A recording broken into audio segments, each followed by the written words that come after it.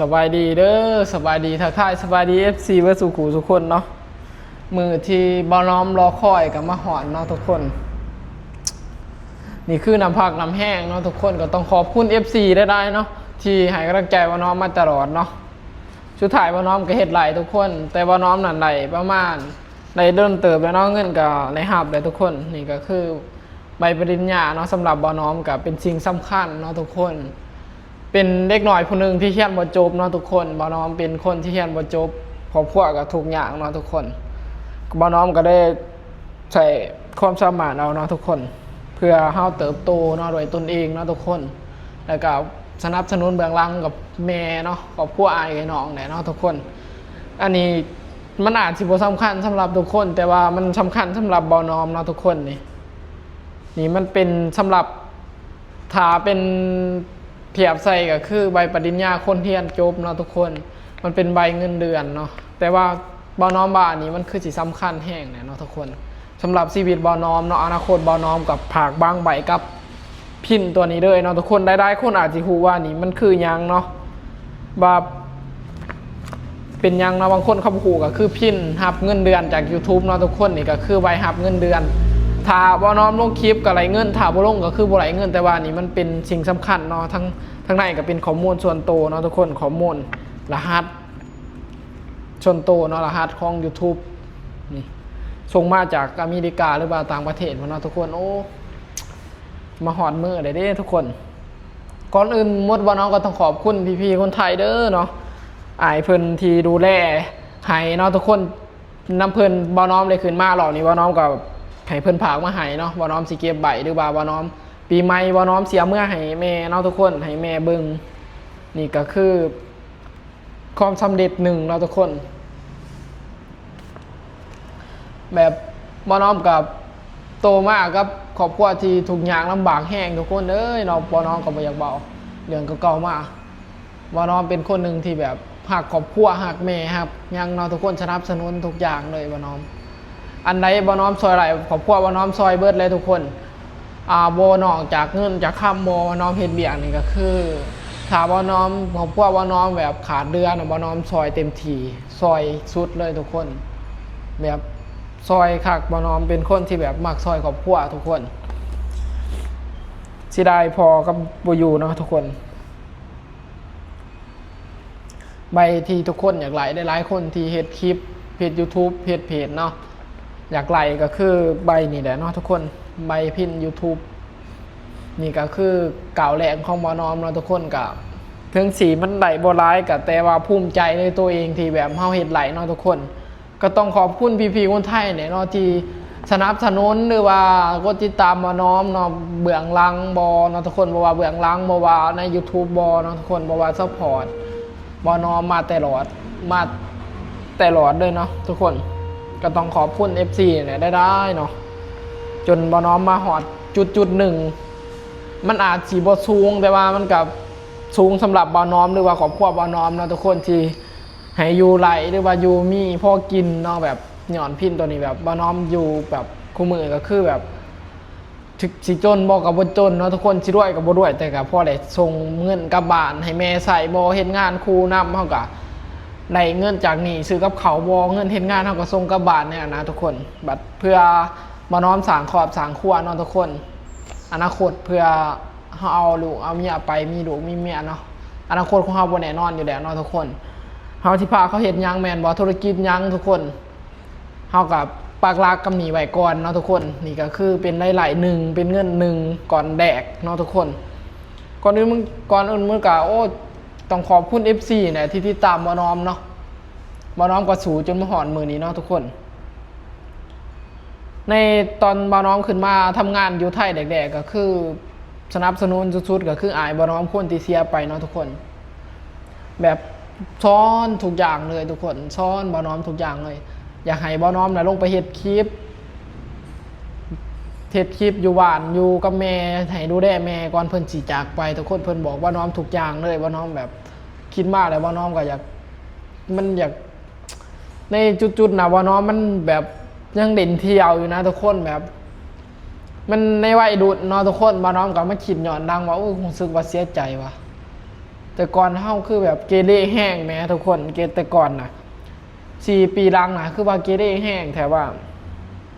มาพอหอนอายุ20 ปีแต่หูซึกว่าเว้ยครอบครัวเฮาสำคัญที่สุดเด้นอกจากเพื่อนหรือว่ายังครอบครัวชุดถ่ายกับบ่หม่มครอบครัวคือเก่านะทุกคนถึงสิมีหมู่หลายแต่ก็พอเฮียนจบไปหรือว่าเฮียนบ่จบก็มีหมู่ในตอนมีหมู่น่ะก็คือพอเฮาโตขึ้นมาเนี่ยหมู่เฮาบ่มีเนาะแหย่งใหญ่กันเบิดทุกคนก็คือต่างคนต่างสร้างครอบครัวบ่น้อมอยากย้อนกลับไปอดีตเป็นหยังเฮาคือบ่เฮ็ดในตอนนั้นเฮ็ดให้มันดีเนาะทุกคนแต่ว่าเฮาไปเกเรมันใส่เงินพุ่มเพื่อไอ้บ่เนี่ยนะทุกคนโอ้ยังแบบคิดกลับไปแล้วก็แบบเบื่อจะคล้องแห้งแบบว่าคือเกเรว่าแต่ก่อนแม่บอกว่าพังพ่อบอกว่าพังแม่พอแบบพอเสียไปอายเสียไปแต่เฮาแบบจังมาคิดไหลน้ำลังนะทุกคนมันแบบในเมื่อเฮาประสบผลสำเร็จขันนี้ไปแล้วแต่แบบเฮาสิให้คนที่เฮาหักเบิ่งนะเพิ่นก็บ่อยู่นำเนาะทุกคนคือพ่อบ่น้อมก็หักที่สุดแล้วน้องพ่อกับแม่ทุกคนถึงอ้ายไอ้น้องสิบ่หักสิบ่ยังเขาก็มีครอบครัวเขาก็มีค่าครอบครัวเขาแหละแต่ว่าน้องถามว่าน้องมีครอบครัวว่าน้องก็สิสัญญากับตัวเองเนาะว่าสิดูแลแม่ให้ดีที่สุดในที่เขาทำได้เนาะทุกคนที่เขาเฮ็ดได้ว่าน้องสัญญากับตัวเองว่าต้องถึงสิมีครอบครัวหรือว่าสิมีลูกมีเต้าเฮาก็ต้องดูแลแม่เนาะทุกคนแม่ก็คือคนที่ให้กำเนิดมาเนาะว่าน้องสัญญากับตัวเองไว้ตลอดทางเฮาประสบความสำเร็จขันนึงที่เฮานะส่งไหลเฮาก็ส่งเนาะทุกคนบ่ต้องแบบว่าเฮามีครอบครัวแล้วบ่จำเป็นต้องส่งแม่เพราะว่าเฮาบ่น้อมเห็นได้คนเด้ทุกคน